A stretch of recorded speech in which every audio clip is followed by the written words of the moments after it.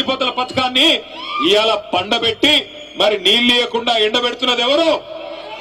ఎవరు? కాంగ్రెసేనా?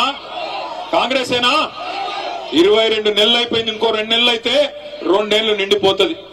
ఎన్ని మాయ మాటలు, ఎన్ని రకాల మాటలు. మరి ఇన్ని పనులు చేసి ఇలా గద్వాలకు మేము వస్తుంటే ఒక కాంగ్రెస్ నాయకుడు అడుగుతున్నాడు, ఏం ముఖం పెట్టుకొని వస్తున్నారు అని అడుగుతున్నాడు గద్వాలకి. మనకి ముఖం లేదా ఇడికి రానికే? జిల్లా చేసి మెడికల్ కాలేజ్ ఇచ్చి నర్సింగ్ కాలేజ్ ఇచ్చి 1, 2 కాదు 2 ఎత్తిపోతల పథకాలు, వాటితో 1,00,000 ఎకరాలకు జిల్లాలో నీళ్లిచ్చి మొత్తం ఉమ్మడి పాలమూరు జిల్లాని 2014లో, ఇది మన పత్రిక కాదు, ఇదిగో నిన్న కాక మొన్న 11 సెప్టెంబర్ నాడు ఇగో ఈ దినపత్రిక రాసింది. ఏం రాసింది? నాడు బీళ్లు నేడు సిరులు. నాడు బీళ్లు ఉమ్మడి పాలమూరు జిల్లాలో నాడు బీళ్లు అయితే ఇవాళ సిరులుగా మారి ఆనాడు 8 లక్షల ఎకరాలు మాత్రమే సాగుంటే మరొక 10 లక్షల ఎకరాలు పెరిగి 18.5 లక్షల ఎకరాల్లో ఇవాళ సాగునీరు అందుతున్నది కేసీఆర్ గారి నాయకత్వంలో అని చెప్పి ఇగో ఈ దినపత్రిక రాసింది. ఇవన్నీ ఇట్లా ఉంటే ఒక ఆయన కూడా అడుగుతాడు, ఏం ముఖం పెట్టుకుని వస్తున్నారని. నేను ఇవాళ అడుగుతా ఉన్న కాంగ్రెస్ పార్టీని, కాంగ్రెస్ నాయకులని. ఇక్కడ నిన్నగాక మొన్న పార్లమెంట్ ఎన్నికల్లో నేను గద్వాలకి ఆర్ఎస్ ప్రవీణ్ గారిని గెలిపించాలని చెప్పి ప్రచారంలో భాగంగా ఇక్కడికి వచ్చిన. ఆనాడు మీ ఎమ్మెల్యే కృష్ణమోహన్ రెడ్డి ఏం చెప్పినాడు?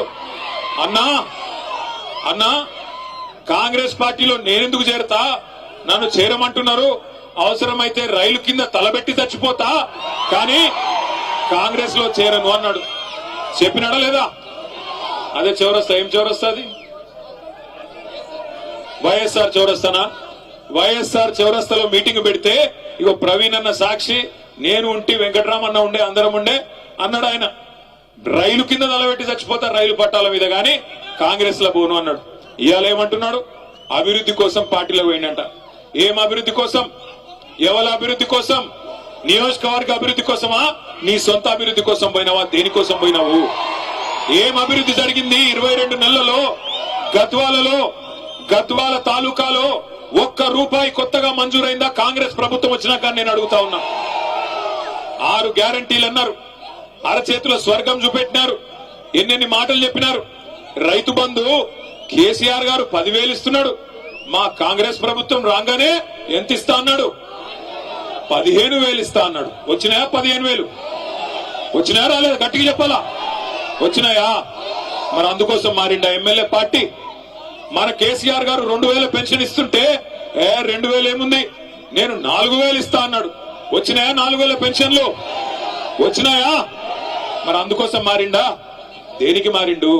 కేసీఆర్ గారు ఆడపిల్ల పెళ్లి చేసుకుంటుంటే షాదీ ముబారక్ కళ్యాణ్ లక్ష్మి పేరు మీద 1,00,000 రూపాయలు ఇస్తే ఆయన ఇచ్చే 1,00,000 ఏంది, నేను తులం బంగారం ఇస్తా మీదికెళ్ళి అన్నాడు. వచ్చిందా తులం బంగారం? వచ్చిందా రాలేదా? మరి దానికోసం మారిండా? తులం బంగారం కోసం. అట్లాగే గుర్తు తెచ్చుకోండి, ఎన్ని హామీలు మా ఆడబిడ్డలందరికీ హామీ ఇచ్చినాడు. నెలకు 2,500 ఇస్తా, అత్తకు 4,000, కోడలికి 2,500 అని మాట ఇచ్చినాడు. వచ్చినాయా 2,500 ఎవరికన్నా? ఆడబిడ్డలు ఉన్నారా ఇక్కడ? ఎవరన్నా ఆడున్నారు? మీకు రావురా అయ్యా? వాళ్ళకు వస్తే వీళ్ళు మొగోళ్ళు చేయుక్తురు ఇట్లా. ఆడపిల్లలకు ఎవరికైనా వచ్చినాయా? ఎవరికి రాలే. రాష్ట్రంలో 1,67,00,000 మంది ఆడబిడ్డలు కళ్ళల్లో ఒత్తులేసుకొని చూస్తున్నారు. ఎప్పుడు ఇస్తాడు రేవంత్ రెడ్డి కాంగ్రెస్ ప్రభుత్వం? రాహుల్ గాంధీ వచ్చి పెద్ద పెద్ద మాటలు చెప్పిపోయాను. 2 లక్షలు రుణమాఫీ చేస్తా అన్నాడు. 2 లక్షలు అయిందా? రుణమాఫీ అయిందా కాలేదా? గట్టిగా చెప్పాలి, వినబడతలేదు. అయిందా కాలేదా? మరి అందుకు పోయిందా? ఎందుకు పోయిండు మీ ఎమ్మెల్యే కాంగ్రెస్ పార్టీలకి? ఇంకా సిగ్గులేని విషయం ఏంటంటే, ఇంకా సిగ్గులేని విషయం, పోయిండు కాంగ్రెస్ లకి. ఇవాళ ఎవరో పోయి మన టీవీ వాళ్ళు అడిగినారు, అయ్యా నువ్వు ఏ పార్టీలో ఉన్నావని. ఏం చెప్పాలా పాపం? బీఆర్ఎస్ పార్టీలో ఉన్నా అని చెప్తున్నాడు. మరి బీఆర్ఎస్ పార్టీలో ఉంటే బీఆర్ఎస్ మీటింగ్ ఇక్కడైతుంటే ఎమ్మెల్యే ఎక్కడున్నాడు? రేవంత్ రెడ్డి సంకలో ఉన్నాడు. ఆయనంట మీరందరూ అమాయకులంట, గద్వాల తాలూకాలో మీకు ఎవరికేం రాజకీయం తెలియదంట, ఆయన ఒక్కడికే తెలుసంట. ఆడబోయి రేవంత్ రెడ్డి సంకలో కూర్చొని నేను బీఆర్ఎస్ పార్టీలోనే ఉన్నా అని సన్నాయి నొక్కులు నొక్కుతున్నాడు. నమ్ముదామా? ఆయనకు సిగ్గు లేకపోవచ్చు, మనకన్నా ఉండాలనా లేదా? బరాబర్ ఉండాలి. ఒక్కటి చెప్తా ఉన్నా, యాద పెట్టుకోండి. ఇవాళ ఒకటి మాత్రం పక్క, ఎవరు ఎన్ని ఎత్తుగడలేసినా, ఎన్ని రకాల చిలిపి ప్రయత్నాలు చేసినా ఎన్ని సన్నాయి నొక్కులు నొక్కినా సుప్రీంకోర్టు యమ సీరియస్ గా ఉన్నది. ఈ 10 మంది ఖచ్చితంగా రాజీనామా చేయక తప్పదు, ఉప ఎన్నికలు రాక తప్పదు. రాబోయే 9 మాసాల్లో 6 నుంచి 9 మాసాల్లో ఇదే గద్వాల తాలూకాలో తప్పకుండా తిరిగి ఉప ఎన్నిక రాబోతా ఉంది. బుద్ధి చెబుదామా పార్టీ మారిన ఎమ్మెల్యేకు? చెబుదామా? వెనకాల నుంచి గట్టిగా నిలబడాలి. చెప్దామా? బుద్ధి లేదా? మళ్ళా కేసీఆర్ గారు ముఖ్యమంత్రి కావాలన్నా అవుతా? కావాలా? కావాలంటే నేను మిమ్మల్ని కోరేది ఒకటే, దయచేసి పెద్ద పెద్ద నాయకులు పోయిండొచ్చు కాక, కానీ ఇవాళ ఒక్కొక్కరుగా మన నాయకులు శక్తివంతంగా పనిచేస్తా ఉన్నారు. ఇగో ఇక్కడ హనుమంత నాయుడు గారు బ్రహ్మాండంగా పనిచేస్తా ఉన్నాడు, ఇలా కేశవన్న పనిచేస్తున్నాడు, తమ్ముడు విజయ్ పనిచేస్తున్నాడు. అట్లాగే మనోళ్ళందరూ కూడా కూడగట్టుకొని శక్తి కూడగట్టుకొని ఇప్పుడు వెంకటేశ్వర రెడ్డి గారు జాయిన్ అయినారు. ఇంకా చాలా మంది నాయకులు, మా అంజన్ గౌడ్ ఇక్కడే ఉన్నాడు, ఇంకా చాలా మంది నాయకులు కష్టపడి పనిచేస్తా ఉన్నారు. తప్పకుండా బలవంతమైన సర్పం కూడా చలి చీమల చేత చిక్కి సచ్చినట్టు ఇవాళ బలవంతుడుగా కనిపించే ఎమ్మెల్యే గాని కాంగ్రెస్ పార్టీ గాని మీ దెబ్బకు మీ ఉత్సాహానికి తప్పకుండా దిగిరాక తప్పని పరిస్థితి వస్తుంది. ఇవాళ గద్వాలలో అడుగుపెట్టిన నాటి నుంచి ఇక్కడ దాకా, అడుగుపెట్టిన కాడి నుంచి ఇక్కడ దాకా చూస్తే తప్పకుండా ఉప ఎన్నిక రావడం ఖాయం. అందులో మళ్ళొక్కసారి 50,000 ఓట్ల మెజారిటీతో తప్పకుండా మళ్ళీ గులాబీ జెండా ఎగరడం ఖాయం అనిపిస్తా ఉన్నది. ఒక్క మాట దయచేసి మీరు ఆలోచించాలని చెప్పి కూడా నేను కోరుతా ఉన్నా. 22 నెలలు అయిపోయింది, ఇంకొక నెల 15 రోజులు అయిపోతే 2 ఏళ్లు నిండిపోతుంది. ఏం చేసింది కాంగ్రెస్ ప్రభుత్వం? ఎవరికి సాయం చేసింది? ఇక్కడికి వస్తుంటే ఎమ్మెల్యే ఆలంపూర్ తమ్ముడు విజయుడు చెప్తా ఉన్నాడు, అన్నా మళ్ళీ లో వోల్టేజ్ సమస్య వచ్చింది, మళ్ళా మోటార్లు కాలుతా ఉన్నాయి, మళ్ళా రైతులు గోసపడతా ఉన్నారు, బాధపడతా ఉన్నారన్నా అని చెప్తా ఉన్నాడు.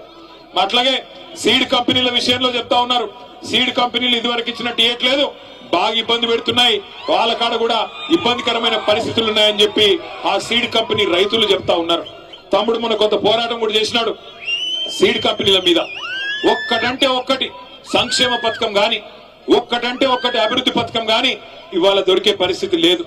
ఏమన్నంటే ముఖ్యమంత్రి ఒక్కటే నేర్చుకున్నాడు, పచ్చి అబద్దాలు చెప్పడం, ఆ అబద్దాల మీదనే 2 ఏళ్లు టైం పాస్ చేయడం. మీరు గమనించండి, కరోనా వచ్చింది కేసీఆర్ గారు ముఖ్యమంత్రిగా ఉన్నప్పుడు. కరోనా వస్తే మనం ఎవరం కూడా అనుకోవాల జీవితంలో ఇట్లాంటి ఒక రోజు వస్తుందని. మూతికి బట్టగట్టుకొని ఎవరింట్లో వాళ్ళే గొల్లెం పెట్టుకొని ఇంట్లో కూర్చున్నాం. ₹1 లావాదేవీలు లేవు, వ్యాపారాలు జరగలేదు. మనిషి బయటికే పోకపోతే వ్యాపారం ఎక్కడి నుంచి అవుతుంది? ప్రభుత్వానికి ఆదాయం 0 అయింది. కరోనా వచ్చినప్పుడు కేసీఆర్ గారి ప్రభుత్వంలో ఆదాయం 0 అయినా రైతు బంధు ఆగిందా? రైతు బంధు ఆగిందా? కళ్యాణ లక్ష్మి ఆగిందా? పెద్ద మనుషులకు పెన్షన్ లాగినాయా? కేసీఆర్ కిట్ లాగినాయా? బతుకమ్మ చీరలాగినాయా? ఏవి ఆగలేదు. అన్ని కూడా కేసీఆర్ గారు రూపాయి ఆదాయం లేకపోయినా ప్రభుత్వానికి పేదవాడికి కష్టం రావద్దని చెప్పి మాకు ఎమ్మెల్యేలకు ఎంపీలకు జీతాలు పక్కన పెట్టి రాష్ట్ర ప్రభుత్వ ఉద్యోగులకు కూడా అవసరమైతే 10 రోజులు జీతం ఆలస్యంగా ఇచ్చినా పేదవాళ్లకు మాత్రం జీతం ఇవ్వాలా, రైతులకు రైతు బంధు ఇవ్వాలా, పేదవాళ్లకు సంక్షేమ పథకాలు అందాలని ఆ రోజు పనిచేసినారు.